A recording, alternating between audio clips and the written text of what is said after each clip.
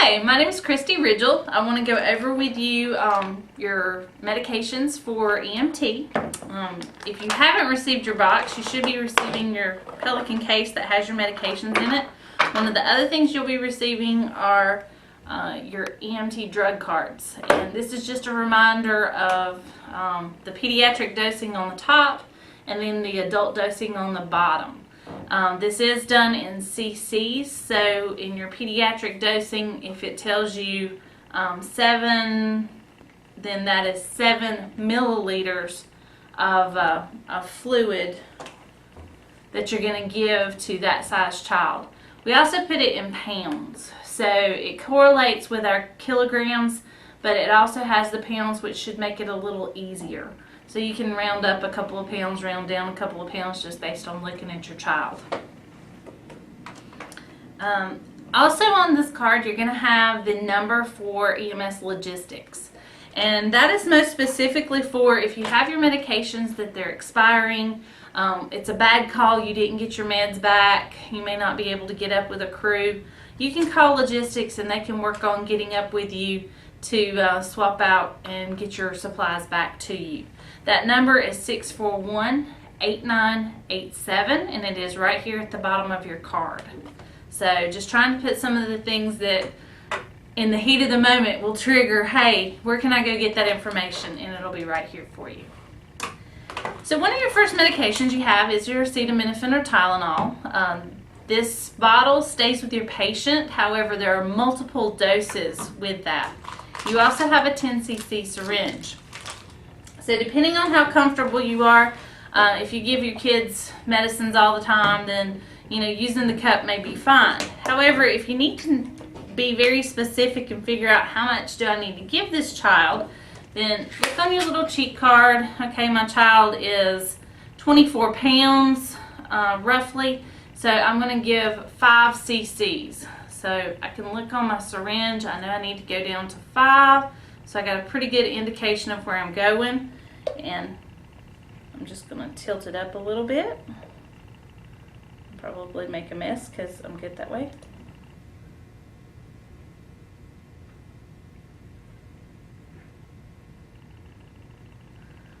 Okay. Now you can push your bubbles back out.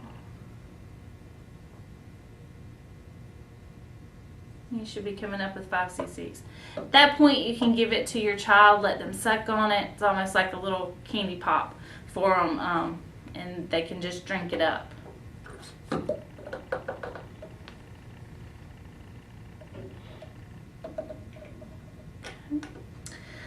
One of your other medications that you will have is your aspirin.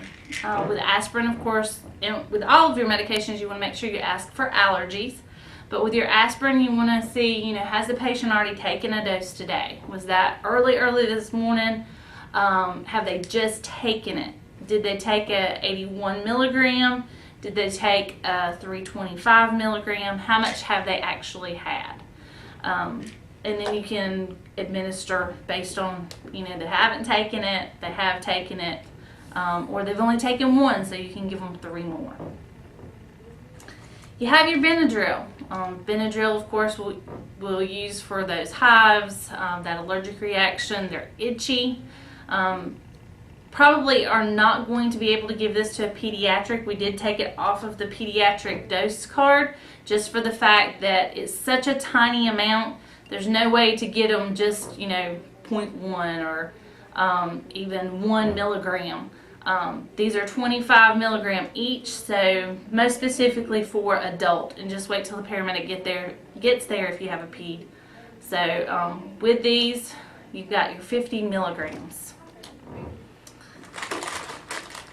For your asthma and COPD patients, you have your albuterol. So they've already been taking their medications, it's not working. They're prescribed the albuterol, not allergic to it, so I can go ahead and start my albuterol treatment. So you pull out your nib kit, you go ahead and open it up. You've got all your connectors on. You can go ahead and tighten that down. Your partner can be hooking it up to your O2. Hook this part in. Then open up your albuterols here. Just take it, pop it on top, and you decrease your chances of spills because you've already put the top on there.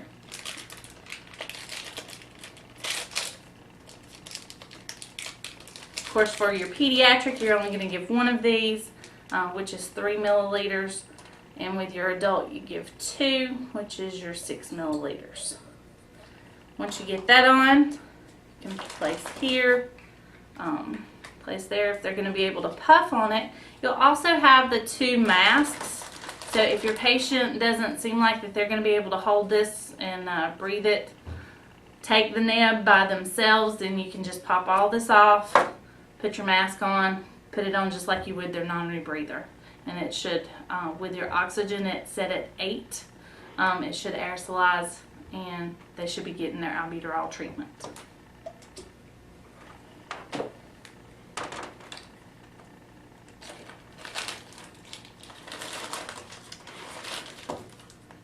You also have your instant glucose.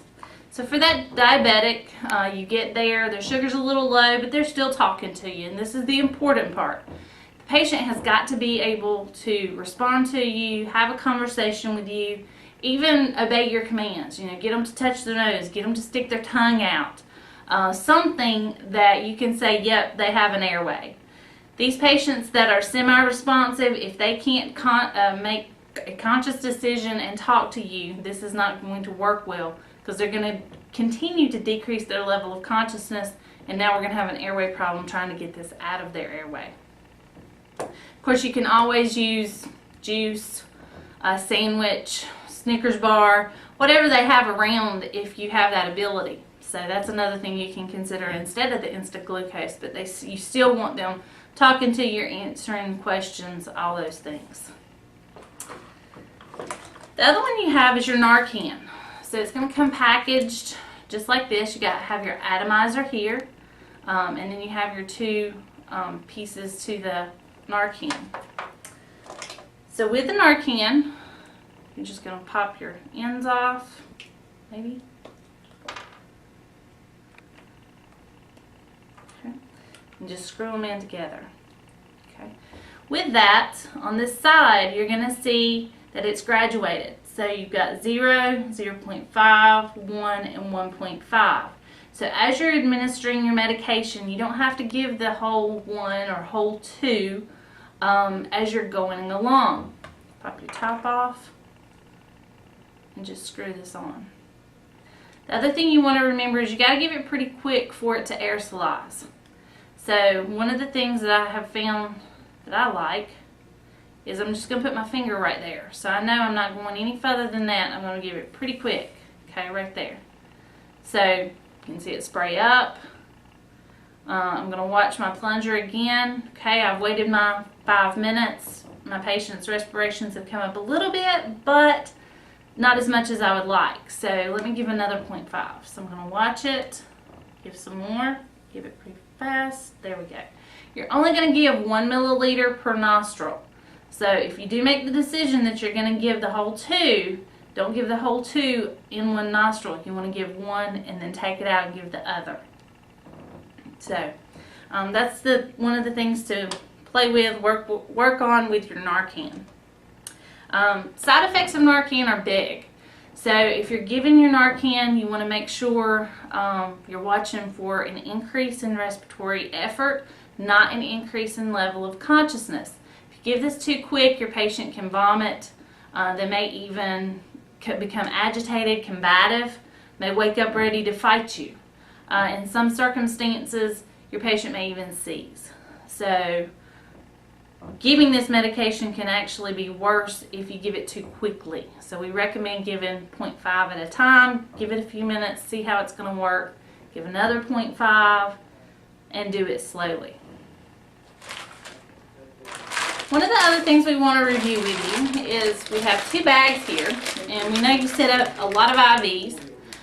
Just be aware that with dextrose now, you have D10 as well as your normal saline. There's a shortage on saline, there's a shortage on D50, so the manufacturers have come out and OEMS medical directors have agreed to let us carry the D10 as well. They look very similar, however, pay special attention to dextrose and then normal saline here at the top. So when you're getting an IV setup out, you want to go to the blue bag for just the saline and the red bag for the dextrose. Is how you'll find it in our bags. If it's that diabetic, it's easy. You just get this one out, set it up, and this is all we have to run in. It depends on the day. Some days you may find D10 in a bag. Some days you may find D50. If you've run with 2 different crews, you may find D10 and D50. So you may see a combo depending on which truck is there and what's been restocked on their ambulance. But we want to make sure that you're aware that the D10 is out there. It's the same as the D50. It's just ran in slower and more concentrated. Saline's still going to be used for pretty much all your other patients. One of the other things that you're probably seeing a lot more of is we're using saline locks because of our saline shortage. We're using more of just the saline lock and not hanging a bag. So this is one of the things that we want to make sure that you guys are familiar with. So you just have the 10cc syringe, you have the saline lock, and just going to open it up, pop your end off, screw it together, and you're still going to flush it. Just like you do your bag, it's just you don't have to flush near as much.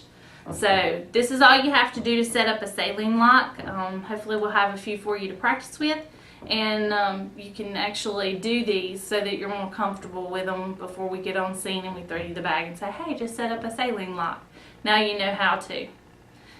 You can just leave it attached. Once the paramedic gets the IV started, they'll take their end off, secure it, go ahead, give them the little 10 cc's of saline, tape it down, and you're good to go. So at that point they can come back and hang a bag, whether it ends up being the dextrose, that ends up being the saline, whatever's going on with the patient, but this will at least get them started. They have the IV access with the saline lock. I hope this has helped. I hope you get the chance to practice with all of these. I encourage everybody to. Don't forget, you're going to have your cheat cards. Please use them. If you have questions, don't ever hesitate to contact Guilford County Training Center as well as GTCC, and we'll try to get the answers for you. Thank you.